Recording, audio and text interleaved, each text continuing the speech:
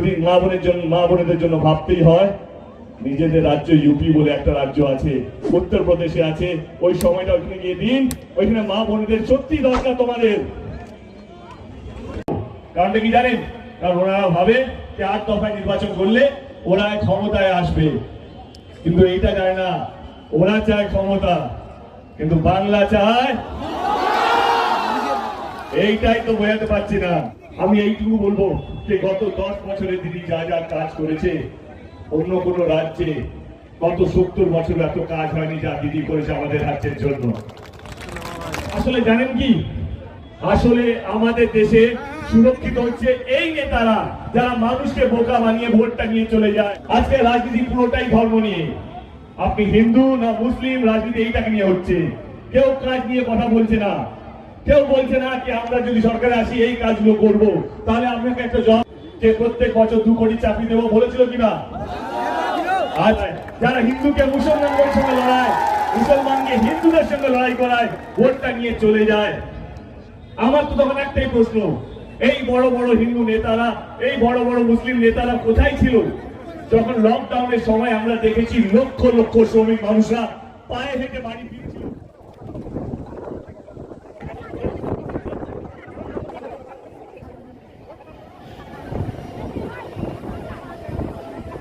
পিছনে দেখবে, পিছনে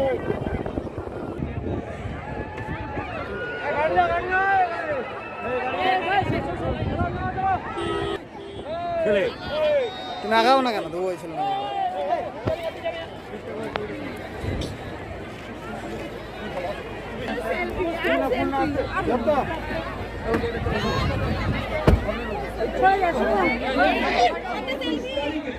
অর্থাৎ বুধবার দিন তিনি আমাদের হরিরামপুর বিধানসভা কেন্দ্রে হরিরামপুরে আসবেন আপনার বেলা 12:30টার সময়।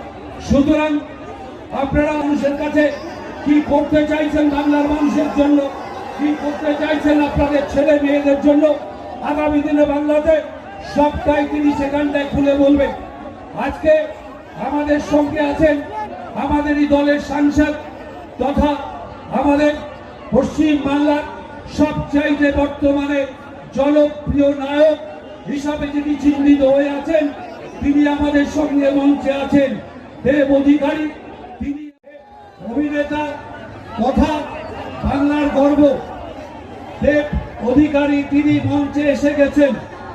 সুতরাং তাকেই রোদের মধ্যে বেশিক্ষণ বসিয়ে রেখে আপনাদের ধৈর্য নষ্ট করব না। আপনারা জানেন যে মমতা ব্যানার্জি আমাকে তৃণমূল কংগ্রেস দলের পক্ষ থেকে মনোনীত করেছেন হরিরামপুর বিধানসভা কেন্দ্র থেকে নির্বাচনে অংশগ্রহণ করার জন্য। এবং আপনারা দেখেছেন আমি 2011 সাল থেকে 2016 সাল পর্যন্ত আপনাদের এই এলাকায় বিধায়ক হিসাবে ছিলাম। সেই সময় 5 বছর কালে আপনাদের এই এলাকার সার্বিক উন্নয়নকে বলতে যা বোঝা যায়, রাস্তাঘাট, পানীয় জল, আপনাদের গ্রাম পঞ্চায়েতকে মমতা ব্যানার্জির সাহায্য নিয়ে আপনাদের যে কাজগুলো আমি বিগত 5 বছরে করে যেতে পারিনি, কারণ আপনার আমি 16 সালে পরাজিত হয়েছিলাম এখানে, যার ফলে এখানকার যে সার্বিক উন্নয়ন, সেই উন্নয়নের একটা সামান্য কাজও এই 5 বছরে প্রকল্প বলি যে ওনারা সবাইকে বলছে যে আমরা এলে চাকরি দেবো। খুব ভালো কথা, বাংলায় চাকরি এলে খুব ভালো হয়, কিন্তু ওনারাই তো 2014 সময় বলেছিলেন যে প্রত্যেক বছর 2 কোটি চাকরি দেবো, বলেছিল কিনা? আজকে দেশে বেকারত্বের অবস্থা গত 50 বছর থেকেও খারাপ। আমি বলছি না, কেন্দ্র সংস্থা বলছে দেশের বেকারত্ব আরো খারাপ হয়ে গেছে। তারা বলছেন বাংলায় চাকরি দেবে। আরে আগে ইউপি, বিহার, যেখানে আপনাদের দল আগে থেকে রাজত্ব করছে, সেইখানে মানুষদেরকে আগে চাকরি দিন। আপনারা তো এখানে অলরেডি আছেন সরকারে। ওনারা বলছেন রাজ্যে পাকা বাড়ি করে দেবো সব মানুষের। তারা বলছেন আমাদের রাজ্যে নারীরা সুরক্ষিত নেই। আমি বলছি বাকি সব মিথ্যে কথা একদিকে, অন্তত এই মিথ্যে কথা বাংলায় বলবেন না, কারণ বাংলায় নারীরা সবচেয়ে বেশি সুরক্ষিত। ভারতবর্ষে একমাত্র মহিলা মুখ্যমন্ত্রী যার নাম হচ্ছে মমতা ব্যানার্জি, সে আগলে রেখেছে প্রত্যেকটা মা বোনকে আমাদের রাজ্যে। যদি মা বোনেদের জন্য ভাবতেই হয়, নিজেদের রাজ্য ইউপি বলে একটা রাজ্য আছে, উত্তরপ্রদেশে আছে, ওই সময়টা ওইখানে গিয়ে দিন। ওইখানে মা বোনেদের সত্যি দরকার তোমাদের। কারণটা কি জানেন? কারণ ওনারা ভাবে যে 8 দফায় নির্বাচন করলে ওরা ক্ষমতায় আসবে, কিন্তু এইটা জানে না, ওরা চায় ক্ষমতা, কিন্তু বাংলা চায়। এইটাই তো বোঝাতে পারছি না। আজকে দেশে বেড পাওয়া যাচ্ছে না, আপনারা সবাই তো নিউজ দেখছেন। আজকে দেশে অক্সিজেন পাওয়া যাচ্ছে না, আজকে দেশে বেড পাওয়া যাচ্ছে না, রাস্তায় লোককে পোড়ানো হচ্ছে যারা যারা কোভিড আক্রান্ত হচ্ছে। আজকে অক্সিজেন নেই আমাদের দেশে, কিন্তু আমাদের আদরণীয় প্রধানমন্ত্রী এবং হোম মিনিস্টার কিন্তু বাংলায় ঘুরে বেড়াচ্ছে, কারণ বাংলায় ভোট চলছে। মানুষ মরুক বা বাঁচুক, কিন্তু ক্ষমতা আসতে হবে, আপনাদেরকে সিদ্ধান্ত নিতে হবে। আপনারা এরকম দলকে চান যে শুধু ক্ষমতার জন্য আপনাদেরকে মরতে ফেলে দেবে, না এমন একটা দলকে চান যে আপনাদের সঙ্গে থাকবে, আপনাদেরকে বাঁচিয়ে রাখবে? সিদ্ধান্ত আপনাদেরকে নিতে হবে, 26 তারিখেই নিতে হবে। কিন্তু তাহলে ওই দিনটা কোথায় গেল? গত বছর যখন আমেরিকান প্রাক্তন প্রেসিডেন্ট ট্রাম্প এসেছিল গুজরাটে, আমি মিথ্যে কথা বলছি না, আপনারা সবার কাছে স্মার্টফোন আছে, গুগল করতে পারেন। গত বছর গুজরাটে ট্রাম্প এসেছিল, ট্রাম্প প্রাক্তন আমেরিকান প্রেসিডেন্ট। আপনারা জানেন এয়ারপোর্ট থেকে ওই যেই স্টেডিয়ামে সভা হচ্ছিল, এয়ারপোর্ট থেকে স্টেডিয়াম অব্দি রাস্তায় দুদিকে দেয়াল তৈরি করা হয়েছিল। কারণটা কি জানেন? যাতে গুজরাটে বস্তি ঝুঁকিগুলো না দেখা যায় প্রাক্তন আমেরিকান প্রেসিডেন্ট চোখের সামনে। তারা বলছেন বাংলায় পাকা বাড়ি দেবে। আরে গুজরাটের আগে পাকা বাড়ি দিন, সেখানে আপনারা অনেক দিন ধরে আয়ত্ত করছেন। মানুষকে বোকা বানানো কি সহজ না?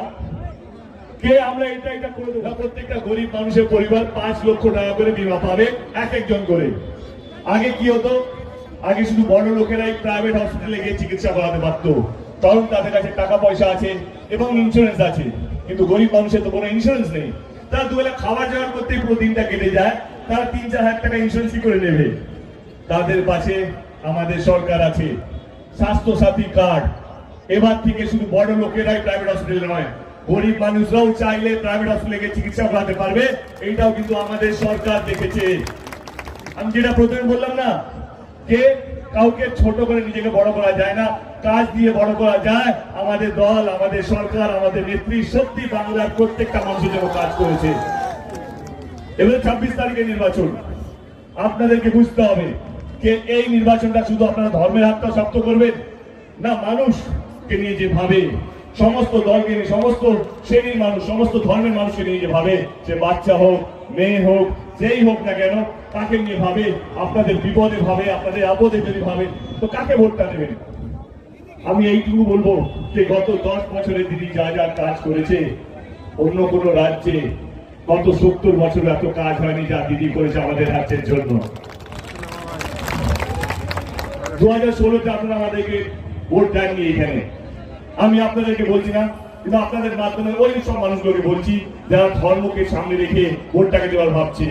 মাথায় রাখবেন, ধর্ম এমন একটা অস্ত্র, যখন কোন দল কাজ করতে পারে না, প্রমাণ করতে পারে না, তার লজিস্টিকের অবস্থা কেমন আছে? করোনার সময়, লকডাউনের সময় অনেক মানুষের চাকরি চলে গেছে। এবার ভাবুন, যারা রোজ রোজগার করতো, আমাদের রিক্সাওয়ালা, যারা টোটো চালায়, শ্রমিক, কৃষক, যারা রোজ রোজগার করে নিজের সংসারটা চালায়, দুবেলা রান্না করে, এই লকডাউনের সময় তাদের রান্নাটা বন্ধ হয়ে গেছিল, তাদের রোজগারটা বন্ধ হয়ে গেছিল। তখন আমাদের সরকার রাশনটা ফ্রি করে দিয়েছিল, যেটা এই বছর জুন অব্দি চলবে, যাতে বাংলার প্রত্যেকটা মানুষ দুবেলা খাবার যেন পায়, সেই দায়িত্বটা আমাদের দিদি নিয়েছিল। এই উদ্যোগটা অন্য কোনো রাজ্যে নেই। তুমি দেখবে দেশ জুড়ে নভেম্বরে অব্দি সারা দেশ জুড়ে ফ্রি রাশনটা বন্ধ হয়ে গেছে, কিন্তু বাংলায় এখনো ফ্রি রাশন দেওয়া হচ্ছে, কারণ দিদি বাংলার মানুষকে ভালোবাসে।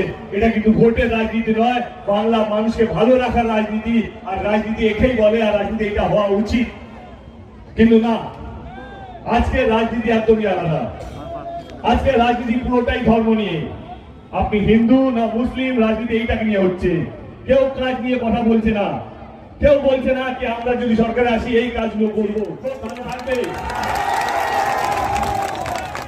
আজকে শুধু ধর্ম নিয়ে হচ্ছে, যেটা আমি বলছি আপনাদেরকে, আমি আপনাদেরকে প্রমাণ করে দেবো।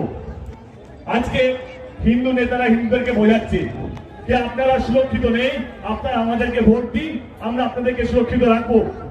ওইদিকে মুসলিম নেতারা মুসলিমদেরকে বোঝাচ্ছে যে আপনারা সুরক্ষিত নেই, আমাদের দেশে মুসলিমরা সুরক্ষিত নেই, আপনারা আমাকে ভোট দিন, আমরা আপনাদেরকে সুরক্ষিত রাখবো।